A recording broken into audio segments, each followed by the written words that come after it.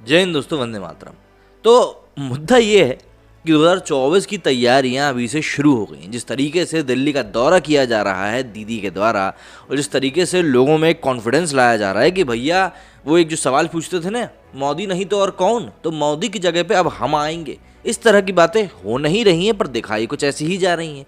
और इन्हीं सब चीज़ों के तहत कई सारी मुलाकातों का भी दौर चला, जहां पर विपक्ष में राहुल गांधी ने भी अपनी दावेदारी ठोकी कि भैया विपक्ष के साथ हमें बहुत अच्छा लग रहा है, जिसमें कि ममता बनर्जी मौजूद नहीं थी।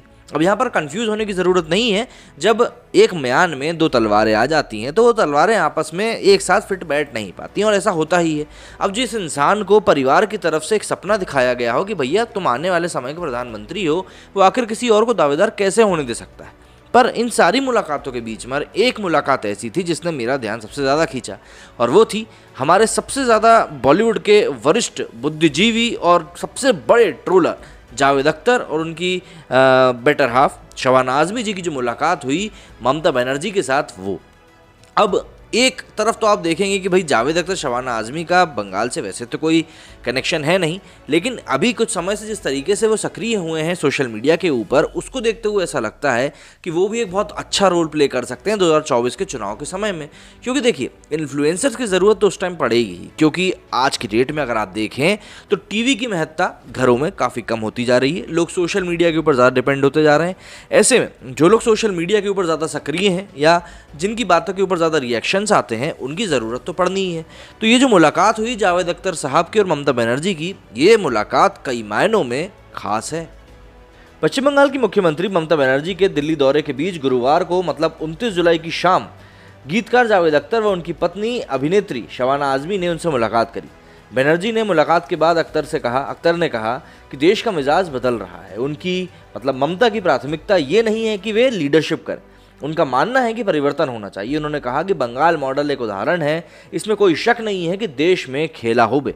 गौर हो कि बंगाल चुनाव जीतने के बाद ममता बनर्जी पहली बार दिल्ली आई हैं। रिपोर्ट्स के मुताबिक इस मुलाकात के बाद अख्तर ने कहा कि दुर्भाग्य की बात है कि दिल्ली में दंगे हुए। उन्होंने कहा कि इस समय पूरे देश में डर का माहौल है और ये खत्म होना चाहिए। हालांकि वे इस सवाल को टाल गए कि मोर्चे का नेतृत्व कौन करेगा। मुलाकात के बाद मीडिया कर्मियों को जानकारी देते हुए अख्तर ने कहा कि ये एक औपचारिक बैठक थी। बंगाल का इतिहास है कि इसने क्रांतिकारी आंदोलनों का नेतृत्व किया है। बंगाल के कलाकार और बुद्धिजीवी ममता जी का समर्थन करते हैं। हमने उनकी जीत पर उनको बधाई दी। उन्होंने आगे कहा कि हम रॉयल्टी बिल में संशोधन में उनके समर्थन के लिए ममता जी के आभारी हैं, जिससे गीतकार रॉयल्टी से लाभान्वित होंगे। ये पूछे जाने पर कि क्या ममता बनर्जी को आगे बढ़कर नेतृत्व करना चाहिए, अख्तर ने कहा कि हमारी छोटी सी बातचीत में उन्होंने कभी नहीं कहा कि वे नेतृत्व उनकी प्राथमिकता है। वे एक परिवर्तन चाहती हैं। ये पहले वे बंगाल के लिए लड़ी थी और अब वे भारत में बदलाव के लिए लड़ना चाहती हैं। जाहिर सी बात है, देश का नेतृत्व कौन करेगा ये महत्वपूर्ण नहीं है, लेकिन हिंदुस्तान कैसा होगा ये सबसे महत्वपूर्ण है। लोकतंत्र गतिशील और निरंतर होना चाहिए। खेला होबे नारे के बारे में पूछे जाने पर उन्होंने कहा कि भाई मतलब सवाल पूछा गया कि क्या ये भारत में गूंजेगा, तो अख्तर ने कहा कि इसे सबूत की ज़रूरत नहीं है, ये अब चर्चा से परे है। जावेद स्पष्ट जवाब नहीं दे पा रहे थे तो ममता बनर्जी ने पीछे से ब्रीफ करते हुए कहा कि देश में परिवर्तन होना चाहिए और आप इस पर गाना लिखिए।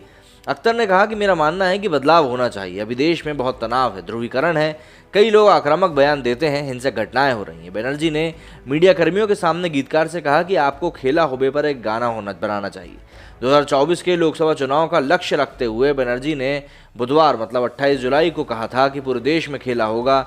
ये एक सतत प्रक्रिया है। जब आम चुनाव 2024 आएगा तो ये होगा मोदी बनाम देश। पश्चिम बंगाल की सीएम ने कहा कि बीजेपी को हराने के लिए सभी विपक्षी दलों को फिर से एकजुट होकर एक मजबूत ताकत के रूप में लड़ना होगा। उन्होंने कहा कि बीजेपी को हराने के लिए सभी का साथ आना जरूरी है। अकेला मैं कुछ भी नहीं, सबको मिलकर काम करना होगा। मैं नेता नहीं हूँ, मैं कैडर हूँ। सोनिया गांधी की विपक्ष की एक एकता चाहती हूँ। कांग्रेस को क्षेत्रीय दलों पर और क्षेत्रीय दलों को कांग्रेस पर भरोसा है।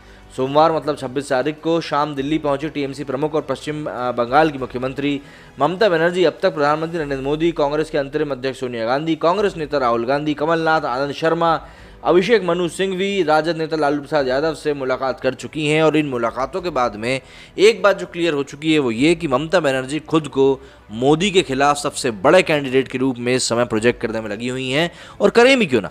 बंगाल में उन्होंने इस चीज़ का साफ तौर पर एग्जाम्पल भी पेश किया है कि भाई मोदी से अगर टक्कर लेना है तो मैं ही हूँ आपका एकमात्र विकल्प। अब इस बारे में आपका क्या कहना है, क्योंकि वो बहुत ज़रूरी होगा, क्योंकि ममता बनर्जी बंगाल में जीती ज़रूर है, लेकिन उस समय मतलब चुनाव के समय और चुनाव के बाद जिस प्रकार की हिंसा हुई है वहाँ पर, और जिस प्रकार से वहाँ पर ह्यूमन राइट्स वगैरह की इन सब की जो रिपोर्ट्स बाहर आई हैं, उस रिपोर्ट्स में काफ़ी कुछ ऐसा कहा गया है जो कि भयावह है। तो ऐसे में क्या ऐसे व्यक्ति को एक ऐसा कैंडिडेट बनना चाहिए जो कि मोदी के खिलाफ देश में लड़ सके? आपकी राय इसमें बहुत महत्वपूर्ण है। मेरे स्टूडियो में फिलहाल इतना ही। जय हिंद, जय भारत।